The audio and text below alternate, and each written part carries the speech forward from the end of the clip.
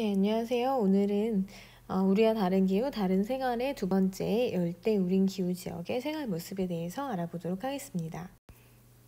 네, 지금 사진 두 개가 나와 있는데요. 혹시 뭔지 알고 있나요? 네, 먼저 첫 번째 사진을 보면요. 이거는 감자칩은 아니에요. 감자칩보다 더 바삭한 이것은 무엇일까요?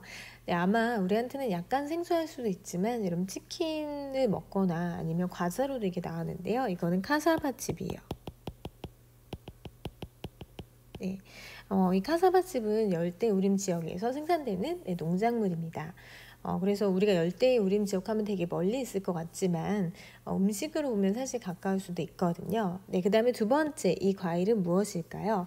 이 과일은 최고 경매가가 2,600만 원을 달성했고요. 이제 그해 생산된 이 과일 중에 경매를 하는데 가장 최상급 이 과일이 2,600만 원이었고 약간 주의점도 있는데 먹다가 죽을 수도 있어요. 그래서 이거는 절대 술이랑 같이 먹으면 안 된다고 합니다. 그리고 이 과일은 냄새가 너무 많이 나요. 그래서 냄새는 지옥, 맛은 천국이라는 별명을 갖고 있는데요. 냄새가 너무 지독하기 때문에 호텔에 동남아시아 호텔에서 이 과일을 반입 금지시켰대요. 만약 이 과일을 갖고 들어가면 벌금을 내야 한다고 하는데 이 과일은 무엇일까요? 네, 이 과일은 바로 두리안입니다. 선생님이 쌍방향 수업을 해보니까 이 과일을 먹어봤다는 친구들이 있어요. 동남아시아 국가를 여행하다가 먹어봤는데 맛이 어떠냐고 물어보니까 맛있다는 친구도 있고요. 아니면 너무 지독해서 아예 먹을 생각도 안 했다는 친구들도 있고 네, 맛이 없다고 말한 친구도 있었습니다. 우리나라에는 이 과일이 아이스크림 형태로 나오거나 네, 카라멜로도 나오기도 했다는데요. 아이스크림 가격이 좀 비싸요. 이 과일 자체가 좀 원래 비싸거든요. 아이스크림도 한 4,900원 정도 한다고 하는데 혹시 이 과일의 맛을 보고 싶으면 네, 그런 방법으로 맛을 볼 수도 있겠네요. 네, 오늘은 열대우림 기후에 대해서 기후적인 특징 첫 번째, 두 번째는 열대우림 기후 지역의 모습, 세 번째는 주민생활, 의식주를 중심으로 알아보도록 하겠습니다. 네, 그러면 기후의 특징부터 알아볼 건데요. 먼저 기온부터 살펴볼게요. 네, 열대우림 기후 지역은 가장 추운 달, 최하월이라고 하죠. 네, 최하월의 기온이 18도 이상입니다. 네, 지금 가장 추운 달도 18도 이상 올라간다고 선생님이 이미 앞부분에서 설명을 했죠. 그 다음에 강수량을 보면요. 네, 1년 내내 비가 많이 와요. 네, 연중 강수량이 많습니다.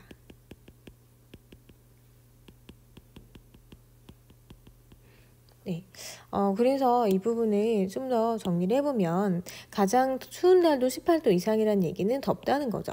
네, 날씨가 굉장히 덥다는 걸 알 수 있고요. 강수량이 많기 때문에 굉장히 습하겠죠. 네, 그래서 열대우림 기후는 덥고 습한 기후다라고 이야기할 수 있습니다. 강수량은 1년으로 따지면 한 2,000mm 이상이라고 하고요. 월로 따졌을 때는 60mm 이상 내리면 열대우림 기후다 이렇게 구분을 합니다. 여기 지금 기후 그래프가 나와 있는데요. 여기가 기온이었고 강수량이었죠. 지금 18도, 모든 달의 기온이 다 18도 이상이에요. 18도 밑으로 떨어지지 않았기 때문에 굉장히 덥다는 거 알 수 있고요. 강수량을 보면은 매월 강수량이 다 60mm 이상이라는 거 알 수 있죠. 그래서 1년 내내 비가 많이 온다 이렇게 파악할 수 있습니다. 그 다음에 세 번째로 분포하는 지역을 보면은 분포 지역은 적도 부근입니다. 네, 지금 여기 열대우림 기후 지역이 나타나는 지역을 이렇게 표시를 했는데요. 네, 색깔로 지금 위도의 이 영도선이 적도죠. 네, 적도. 그래서 적도 부근에서 이렇게 열대우림 기후가 나타나고요. 적도 부근은 태양 에너지를 많이 받죠. 그래서 네, 좀 날씨가 더운데 이쪽 지역에서도 비가 많이 오는 그런 기후를 열대우림 기후라고 합니다. 네, 이어서 열대우림 기후의 특징인데요. 네, 네 번째, 여기는 비가 내리는데 스콜이라는 비가 내립니다. 이 스콜이라는 비는 뭐냐면 여기가 덥다 그랬잖아요. 그래서 지표면의 열기가 이렇게 올라가요. 네, 올라가면 이게 구름이 형성이 되고요. 이 구름이 비의 형태로 내립니다. 이거를 스콜이라고 하는데 이 스콜은 길게 비가 오는 게 아니라 굉장히 짧은 시간 동안 내려요. 근데 비가 정말 많이 오거든요. 그래서 짧은 시간 동안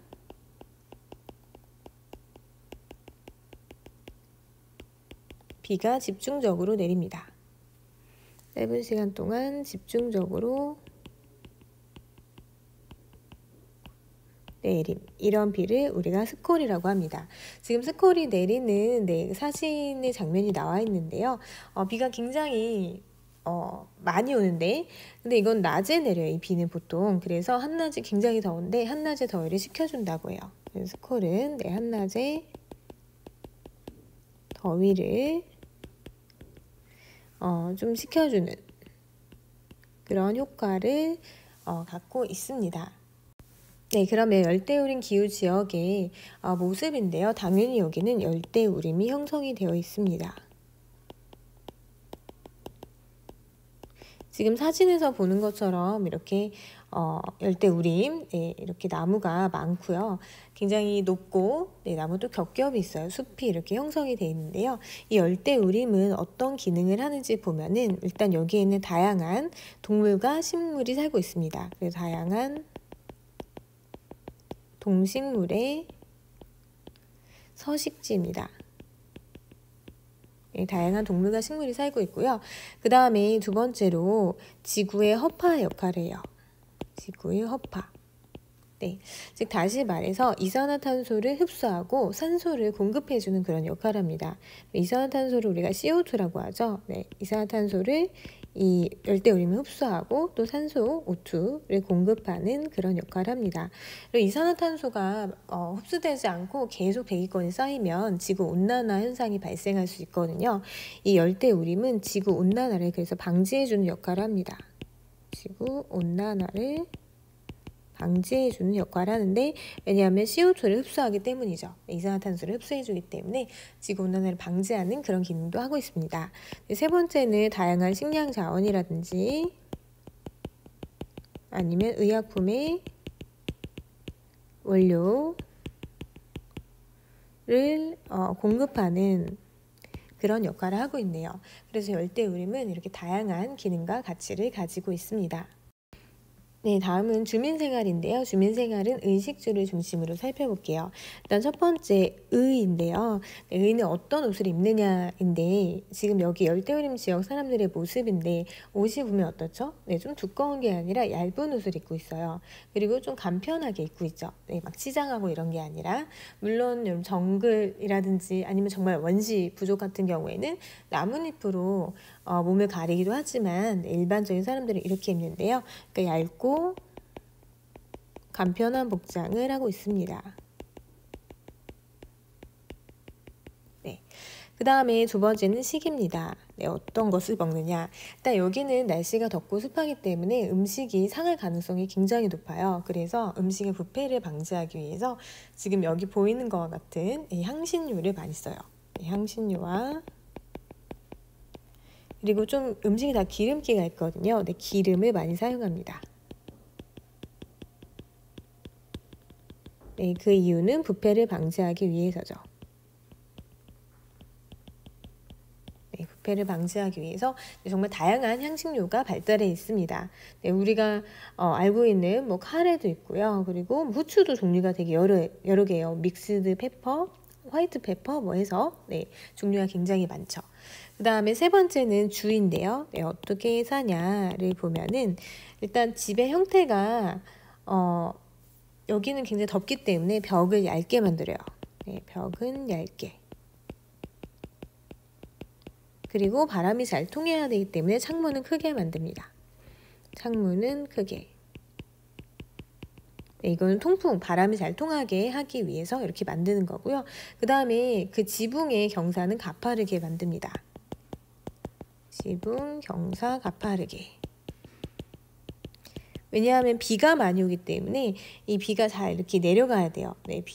비가 잘 내려가게 하기 위해서 지붕 경사는 가파르게 하고요. 그리고 또 집의 형태를 보면은 집 표면 위에 바로 짓는 게 아니라 약간 띄워서 집을 짓습니다.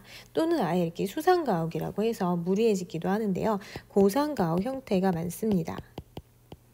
보상가옥은 땅 위에 바로 짓는 게 아니라 약간 띄워서 만드는 건데, 그 이유는 여기 지표면이 굉장히 더워요. 어떤 지표면의 열기, 땅이 덥기 때문에 지표면의 열기와 또 굉장히 습해요. 네, 습기를 방지하고 그리고 해충 이런 것도 많거든요. 네, 이런 거를 막기 위해서.